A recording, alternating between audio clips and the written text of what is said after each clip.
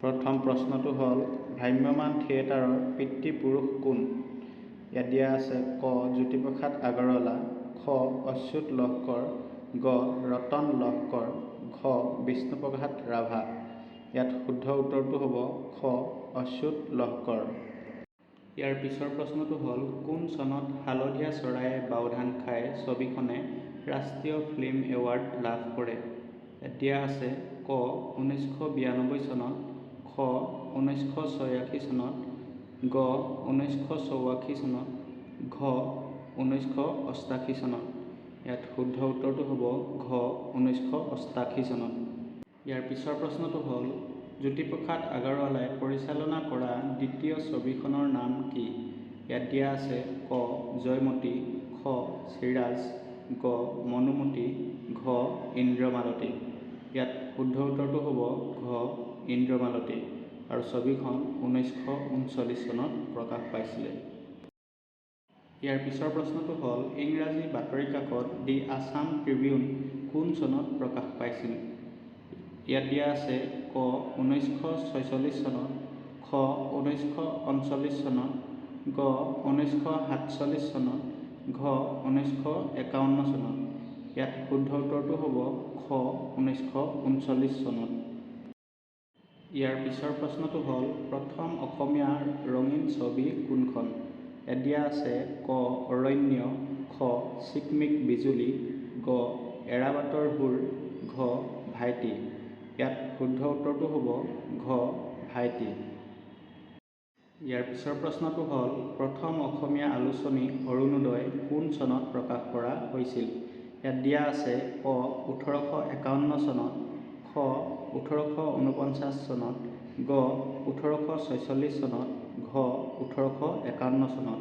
ইয়াত শুদ্ধ উত্তৰটো হ'ব গ. 1846 চনত আৰু শিৱসাগৰৰ পৰা প্ৰকাশ পাইছিলে। ইয়াৰ পিছৰ প্ৰশ্নটো হ'ল জোনাকীৰ প্ৰথম সম্পাদক কোন আছিল? ইয়াত দিয়া আছে ক. হেমচন্দ্ৰ গোস্বামী, খ. চন্দ্ৰকুমাৰ আগৰৱালা, গ. আনন্দচন্দ্ৰ আগৰৱালা, ঘ. চন্দ্ৰধৰ বৰুৱা। ইয়াত শুদ্ধ উত্তৰটো হ'ব খ. চন্দ্ৰকুমাৰ আগৰৱালা। ইয়াৰ পিছৰ প্ৰশ্নটো হ'ল অসমীয়া আলোচনী প্ৰান্তিকৰ প্ৰতিষ্ঠাতা কোন? ইয়াত দিয়া আছে ক. হোমেন বৰগোহাঁই, খ. লক্ষ্মীনাথ বেজবৰুৱা, গ. ভৱেন্দ্ৰনাথ শইকীয়া, ঘ. বীৰেন্দ্ৰ কুমাৰ ভট্টাচাৰ্য। ইয়াত শুদ্ধ উত্তৰটো হ'ব গ. ভৱেন্দ্ৰনাথ শইকীয়া। ইয়াৰ পিছৰ প্ৰশ্নটো হ'ল অসমৰ জাতীয় সংগীত অ মোৰ আপোনাৰ দেশ প্ৰথম কোনখন আলোচনীত প্ৰকাশ পাইছিল? ইয়াত দিয়া আছে ক. বাঁহী, খ. জোনাকী, গ. সুৰভি, ঘ. জোনবিৰি। ইয়াত শুদ্ধ উত্তৰটো হ'ব ক. বাঁহী। ইয়াৰ পিছৰ প্ৰশ্নটো হ'ল অসমীয়া আলোচনী জোনাকী প্ৰথম কোন চনত প্ৰকাশ হৈছিল? ইয়াত দিয়া আছে ক. 1881 চনত, খ. 1889 চনত, গ. 1879 চনত, ঘ. 1897 চনত। ইয়াত শুদ্ধ উত্তৰটো হ'ব খ. 1889 চনত। ইয়াৰ পিছৰ প্ৰশ্নটো হ'ল প্ৰথম অসমীয়া চলচ্চিত্ৰ নিৰ্মাতা কোন? ইয়াত দিয়া আছে ক. শশী শৰ্মা, খ. জ্যোতিপ্ৰসাদ আগৰৱালা, গ. প্ৰমথেশ বৰুৱা, ঘ. এটাও নহয়।